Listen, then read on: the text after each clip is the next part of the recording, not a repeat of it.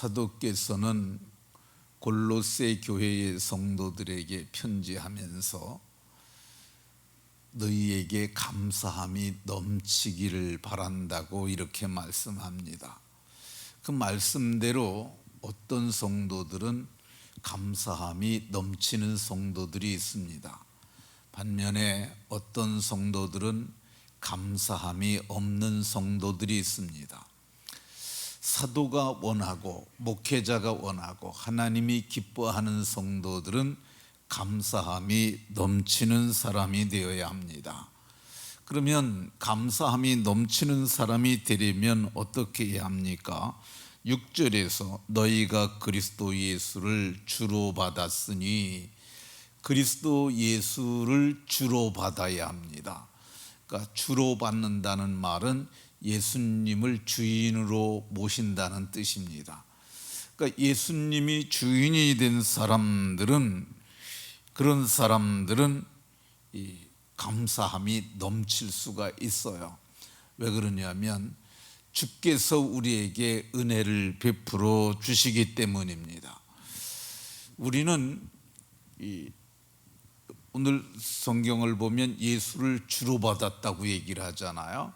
근데 어떤 성도들은 이미 주를 받았음에도 불구하고 예수님도 섬기고 돈도 섬기는 사람들이 있습니다. 근데 성경은 재물과 하나님을 겸하여 섬기지 못한다고 얘기를 합니다. 재물도 섬기고 하나님도 섬기게 되면 감사함이 넘치지 못합니다. 감사함이 넘치려면은 이 재물과 하나님 중에서 하나님을 선택해야 합니다. 그러니까 내가 재물을 섬기지 아니하고 하나님을 섬깁니다. 그 고백으로 드려지는 것이 저는 11조다 이렇게 생각을 합니다. 우리가 이 예수 그리스도의 피의 속량을 통해서 우리는 모두 예수를 주님으로 삼은 사람들입니다. 우리가 찬양 중에 내가 주인 삼은 모든 것 내려놓고, 그리고 이제는 주님만 사랑하는 사람들로 변화된 자들이라고 얘기를 하는데, 그리스도 예수를 주로 삼은 자들은 감사함이 넘치게 되는 줄로 믿으시기 바랍니다. 자, 세 번째, 오늘 7절에 보면 그리스도 예수 안에 뿌리를 박은 감사함이 넘치는 성도들은 그리스도 예수 안에 뿌리를 박으며 이렇게 말씀합니다. 그러니까 뿌리를 그리스도 예수 안에 박아야 한다고 말씀합니다. 이 뿌리는 식물이 땅에서 영양을 섭취하는 그런 기관이죠. 그러니까 우리가 뿌리를 잘 박아야 되는데 어디에 뿌리를 박아야 되느냐? 그리스도 예수 안에 뿌리를 박아야 한다고 이렇게 말씀합니다. 이 그리스도 예수 안에 뿌리를 박는다는 말은 그분의 마음을 알고 그분의 뜻을 행하고, 그리고 그분의 뜻대로 행하는 것을 말합니다. 베드로 사도는 누가 말하려면 하나님이 말씀하시는 것 같이 하고, 누가 봉사하려면 하나님이 공급하시는 힘으로 하는 것 같이 하라고 얘기를 합니다. 그래야 하나님이 영광을 받으실 수 있다는 거죠. 그러려면 우리가 뿌리를 어디에 박아야 되느냐? 하나님이 공급하시는 힘을 받으려면 그리스도 예수 안에 뿌리를 박아야 하는 줄로 믿으시기 바랍니다. 시편 1편에 보면 시냇가에 심기운 나무를 말씀합니다.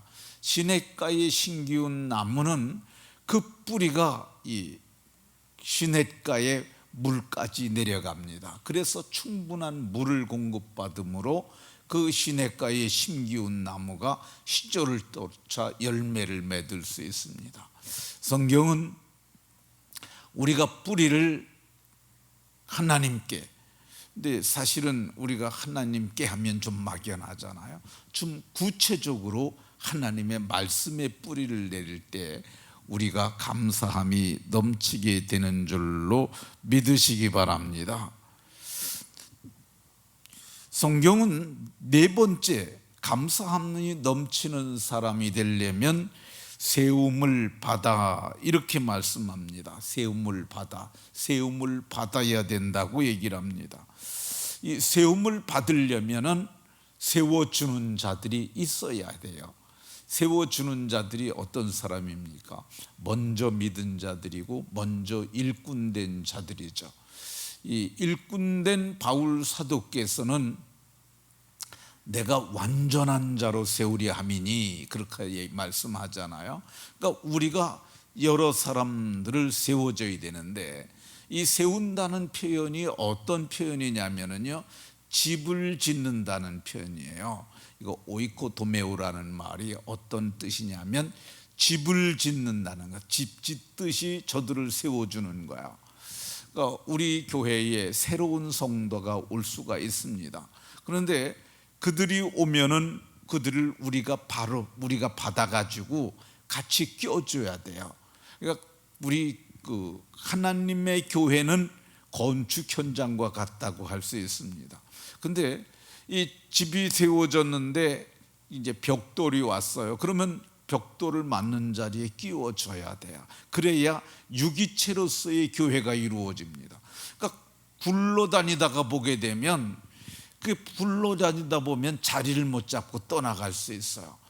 기둥감이 오게 되면 기둥 자리에 세워져야 합니다. 그것이 너무 오래 걸리면 안 돼요.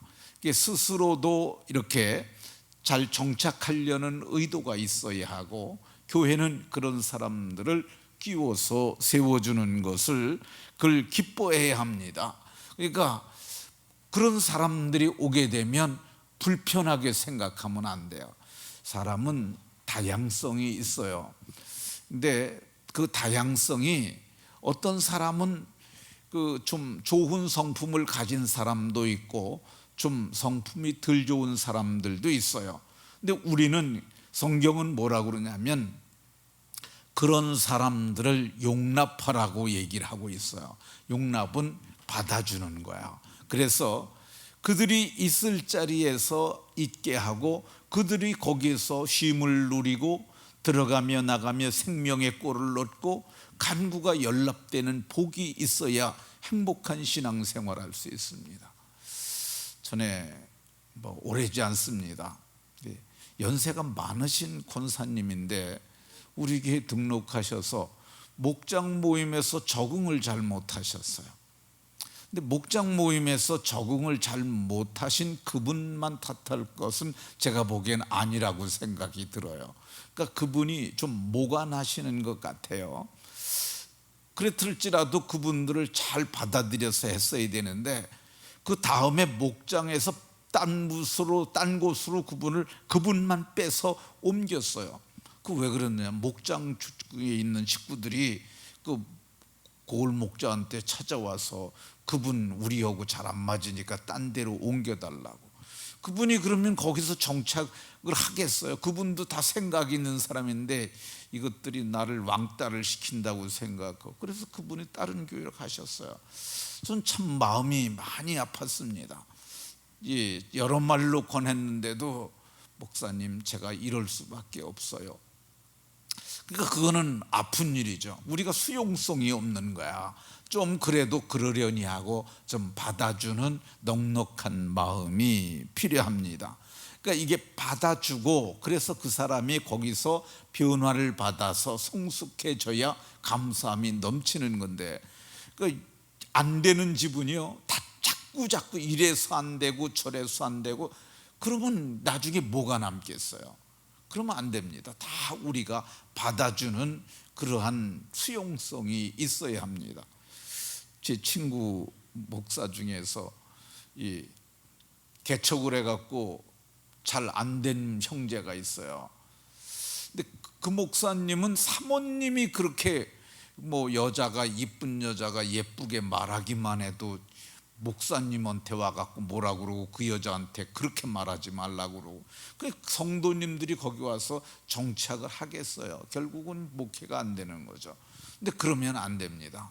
조금 뭐가 나더라도 끌어안고 함께 가는 것, 그것이 오늘 성경이 말씀하고 있는 감사함이 넘치는 성도들인 줄로 믿으시기 바랍니다.